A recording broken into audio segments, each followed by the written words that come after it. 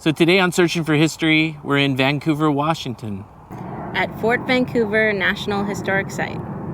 While at Fort Vancouver, we visited the Chief Factor's house, the bakehouse, the blacksmith's shop, the Indian trade shop, the fur store, the bastion, the carpenter's shop, and the counting house.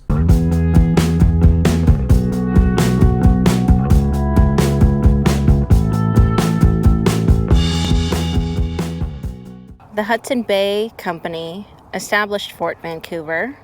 Fort Vancouver was the administrative center of this Columbia Department, which was an extensive fur trading network throughout the Pacific Northwest, and it stretched from Russian Alaska to Mexican California and from the Rocky Mountains to the Pacific Ocean.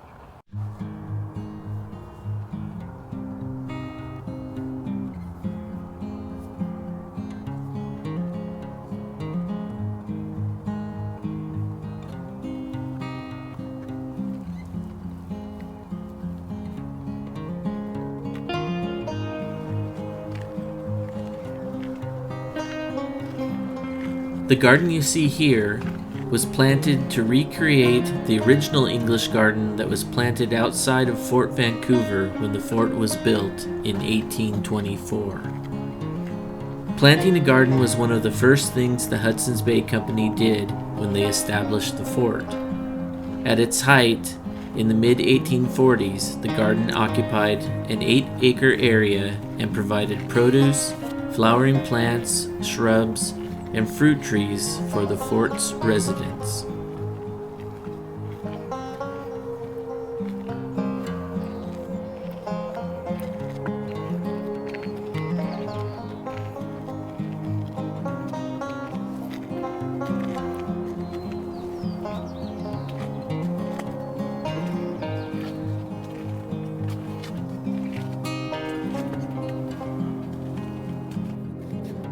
We are now inside Fort Vancouver.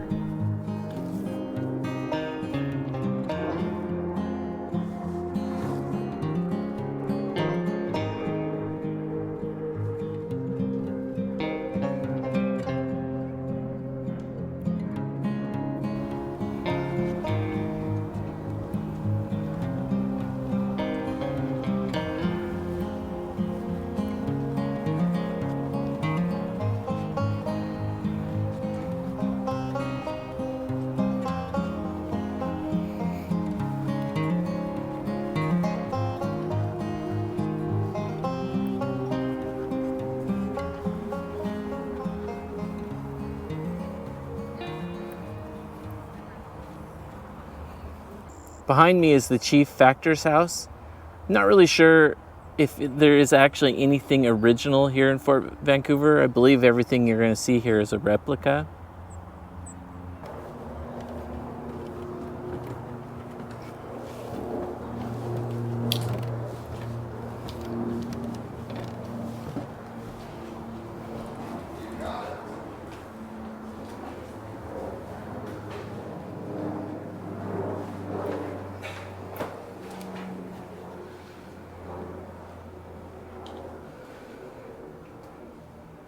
Dr. John McLaughlin, the longest-serving chief factor at Fort Vancouver, moved into this building upon its completion in the spring of 1838, along with James Douglas and his family.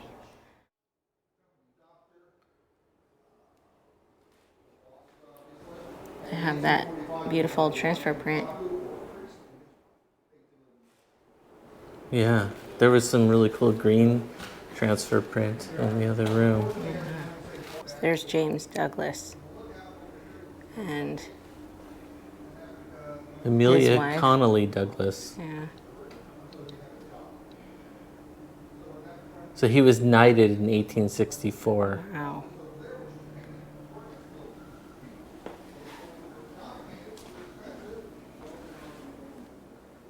So look at those long stem pipes. They're a clay pipe on the table there. You would have seen a clay pipe like that going back into the 1500s. Yeah.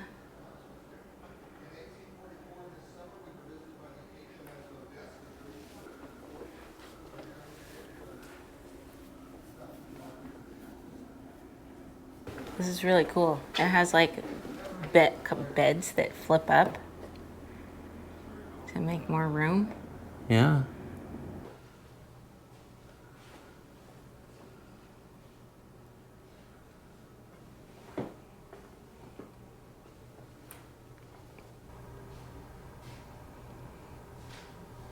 So I'm assuming this must be for one of the two families. So there's two bedrooms like this. Yeah. I think the Douglases were over on that side in the room where their Right. picture was. That makes And sense. the McLaughlins were over here.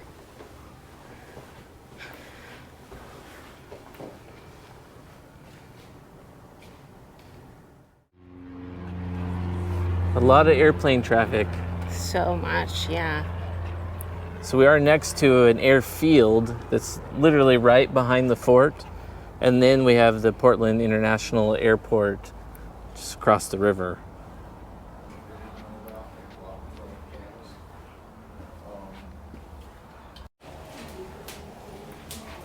So we're inside the kitchen.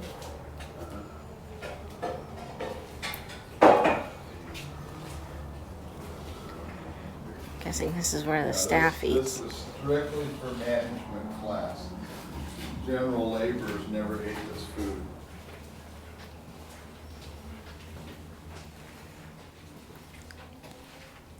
Look at the storeroom. And look at the ceramic containers. Oh, wow, yeah.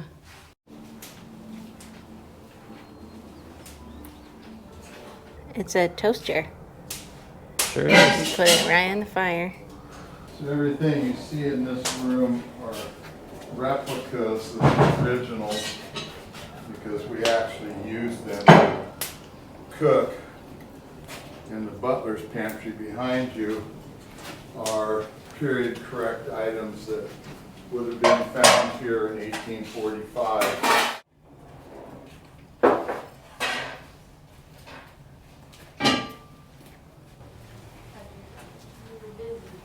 It's like the well dipping mechanism. Yep. That's what See it that? looks like. So this building here is the bakehouse. So what, they were making hardtack here? Yes, they received a daily ration of 1.5 pounds of biscuit.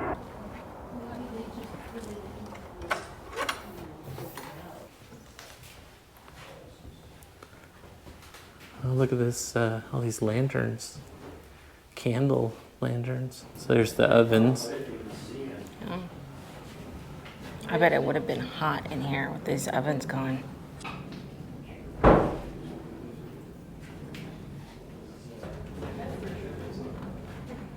I think they stored flour in here to be able to use it in baking.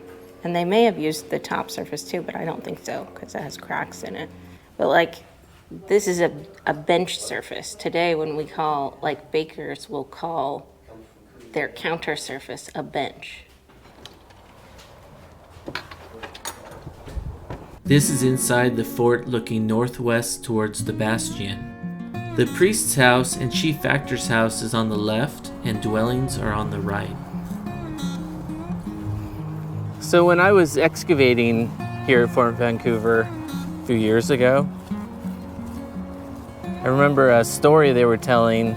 The reason why they have so many really preserved artifacts from the Hudson Bay Company era here at Fort Vancouver is when the fort switched hands from the British to the Americans, all the goods left here would become property of the United States. And so to honor the treaty, everything was left here, but the British threw the plates and glasses and things like that all down into the latrine, Oh, which had a soft landing. yeah. And then they were able to excavate that stuff later and retrieve it and have everything in It's perfect good. condition. It's good for us. It wasn't so great for those Americans back then.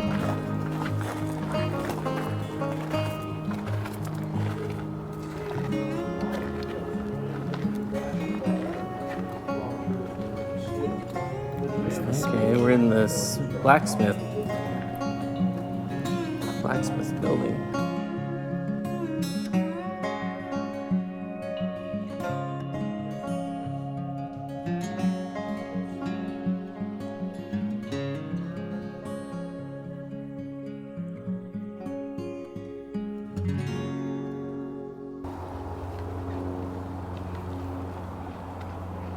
Oh, this is like the trade goods shop.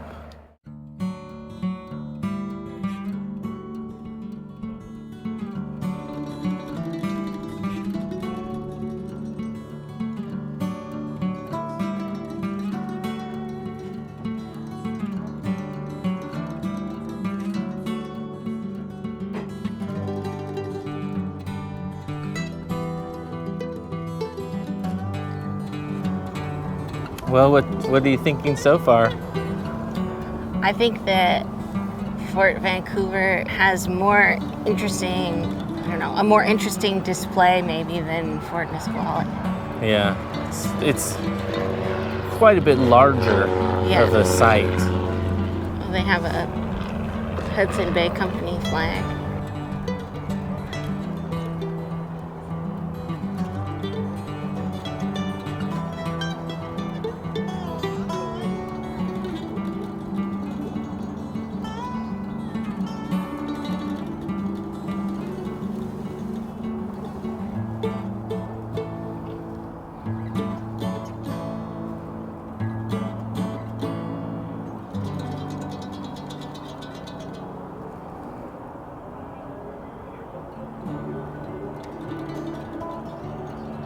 So remember, this building behind us here is where they actually store artifacts that were found here at Fort Vancouver. Because of the abundance of well-preserved trade goods from the Hudson Bay Company era that were located here, today Fort Vancouver has a research collection that people all around North America utilize to identify artifacts that they find at different sites. And it's right in here.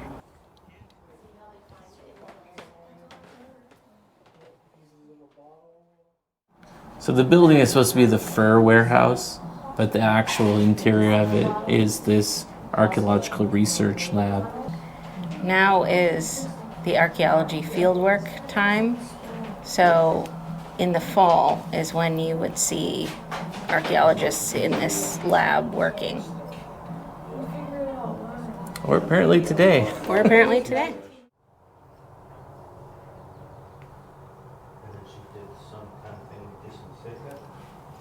So this one here is Vaseline, circa 1880, and then the small blue bottle is Vicks Vapor Drops. It's dating it from 1900 to as late as 1950.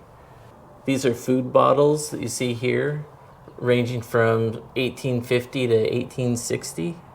At the bottom here are some perfume and lotion bottles, 1880, 1900, and 1850. Yeah, from left to right.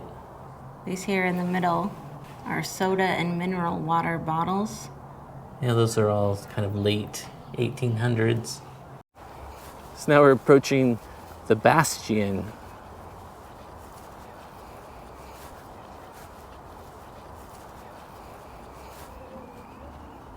Fort Vancouver only has one bastion. We were surprised to find out that Fort Vancouver only had one bastion.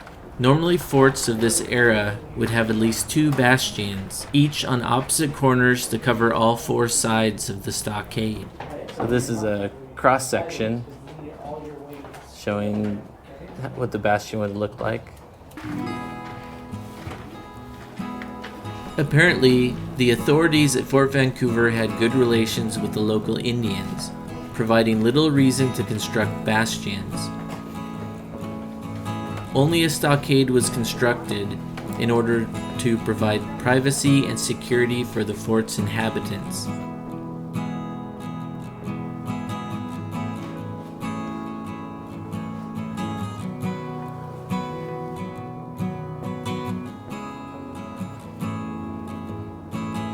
So you can see down the wall all the way to the far corner. See where the bridges are? That's the Columbia River. By the 1840s, a need to construct a bastion grew. One, because of the large number of American settlers settling in the area at a time when the relationship between the United States and Great Britain was poor. And two, an incident on July 15, 1844, where Her Majesty's sloop of war, Modest, appeared on the Columbia River and fired a 7-gun salute to Fort Vancouver. The fort was unable to answer Modest due to not having a bastion with cannon. This inability to answer the 7-gun salute brought into motion the construction of a bastion in the fort's northwest corner in 1845. Well, it looks like we just have a couple more buildings to look at. Yep.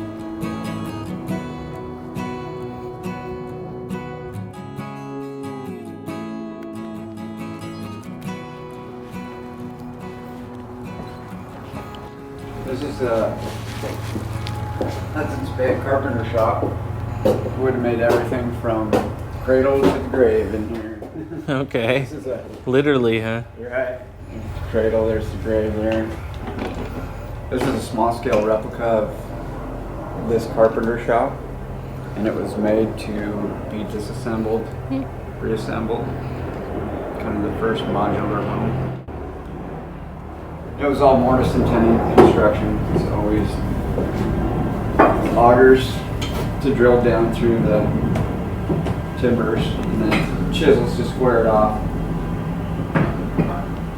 and then chisels to square these off as well. And this is all built without using any nails. This is all dowels, gravity, just all kind of stacked on top of each other. The nails were used in keeping the floor strips down. Yeah, and then it would have just been lapped cedar paneling, and then the shingles cedar tape.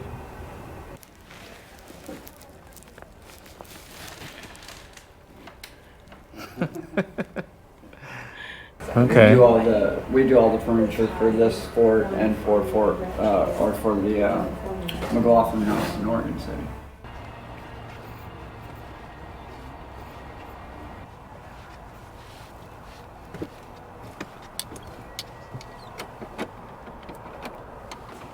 The counting house. Look at this safe. Wow.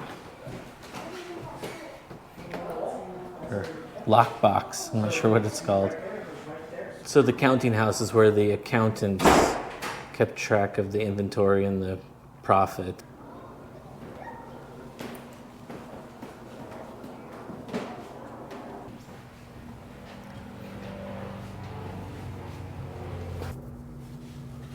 Cecilia Douglas lived in the fort. Simon Guile, for lack of knowing how to pronounce that name, lived in the fort's village, and Rebecca Newell lived on a homestead. These 3 children left enough archaeological and historical records to tell us a little bit about children's lives in and around Fort Vancouver. Cecilia Douglas was the oldest daughter of James and Amelia Douglas, who lived in the factor's house. She attended a private school in Oregon City. So there was no school at this location.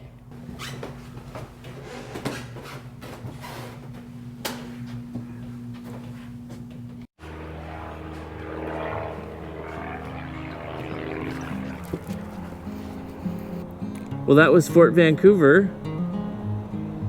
I think Fort Vancouver is a really great place to visit because you can see a really big example of a replica fort of this time.